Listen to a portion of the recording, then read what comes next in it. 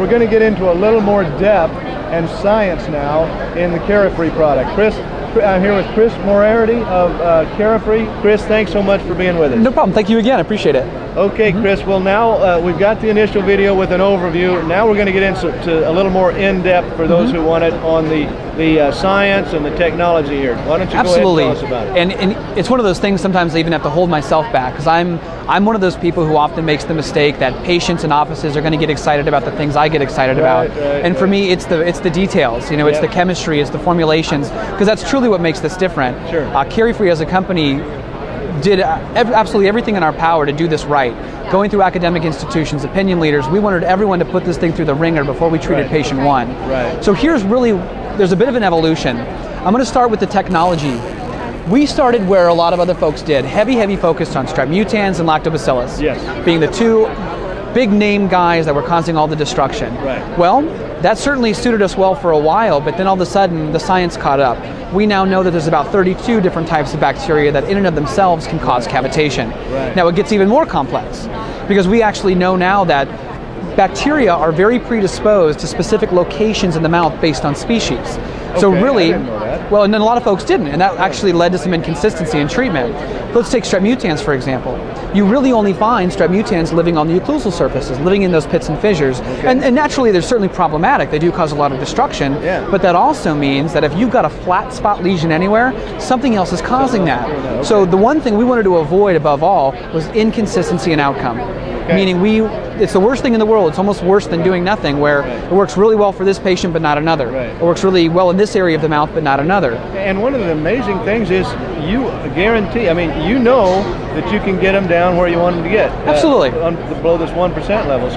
So I mean, this really is, they do what they say they're going to do. So go ahead. So again, all of a sudden, we knew we had a chemistry, we knew we had the approach, which we're going to talk about in terms of that bacteria, but we needed a metric, we needed something to measure. And for the longest time, we were restricted by the available technology. Well, finally, it kind of caught up. So what we're using here is actually a bioluminescent technology to figure out where the patient sits in terms of their microflora, those bacteria, good bugs or bad bugs, that sort of thing. So now that we know we've got 32 bugs we're looking for, we couldn't do what we used to do, which is actually culture bacteria, and we put it in an incubator, and it's this big long deal. We needed something that a professional could actually use. So we needed a biomarker. I'm not going to do a lot of 72 hours of cultures and all. Exactly. So we needed something that was going to cast a wide net and figure out exactly what the patient was dealing with. So what that biomarker turned out to be was what's called the ATP molecule. ATP simply stands for adenosine triphosphate. It's the basic energy molecule of any living cell. Well, here's how that works for us. High acid producing bacteria on average produce about 100 times more ATP than commensal or healthy bugs.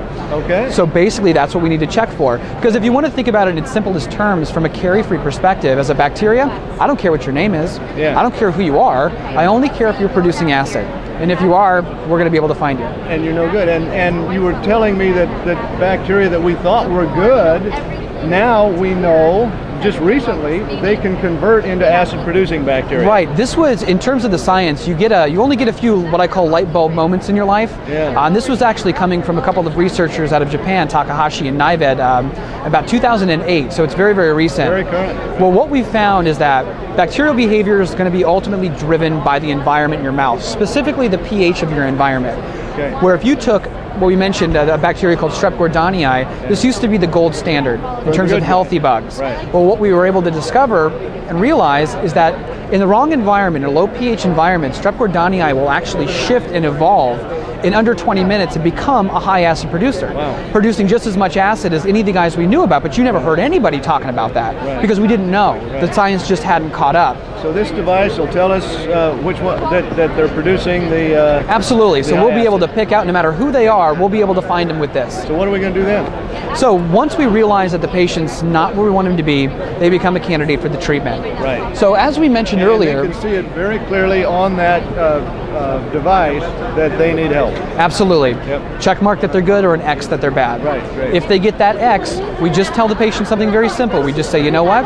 We're going to go ahead and shift that microflora. We're going to get out the bad bugs and we're going to get in the good bugs. because reforming that biofilm is really the name of the game. There's research out there that shows that a biofilm can remain stable for a period of years. Right. I mean, you get once to self-sustain. It's actually a very durable, very perfect structure. It's going to take something for it to deconvert. Those like things. The weeds in the yard. Once you get all the weeds out, it's tough for the weeds to get back in Absolutely. there. Same thing here. And we use that analogy a lot. Oh, you do? Okay. So, which of course you knew. There we go. So when we walk through the system, resetting the biofilm is the name of the game. Okay. Month number 1, again, we're using a very low dose of sodium hypochlorite to dissolve all the biofilm and kill all the available bacteria. Okay. Kill time studies behind this are about 0.34 seconds. Wow. Now, one of the things, and if anyone's ever curious, I'm happy to show you why we went down the road of sodium hypochlorite, why we didn't go with chlorhexidine, chlorine dioxide, iodine, alcohol, and the rationale is very simple. Nothing was more effective and nothing was more broad spectrum. That's good enough for me for this video. Absolutely, Okay. and sometimes even a patient will ask, they'll say, well, why do you use sodium hypochlorite? And I say, well, because we look at the studies and nothing's better. Right. And you make the decision as a professional that you'll never give the patient the thing that was second best. There you go, okay. Simple.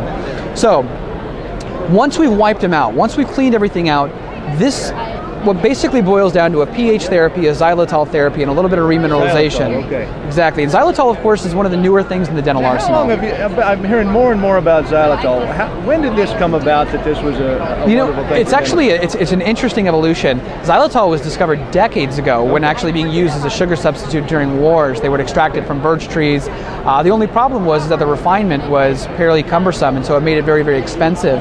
As the years have gone on, they found more efficient ways to get it out of things like corn and get it out of other avenues, because it's just the xylose portion of a plant, but once we get it out, it's a very powerful dental tool. So how long has this really been prominent now in dentistry? I would only say within the last 3 or 4 years where it's really been that available, where you see it popping up in gums. Okay, sorry for that little sidelight there, but okay, let's Well, no, go ahead. because xylitol is a big, big portion, because it's a double-edged sword.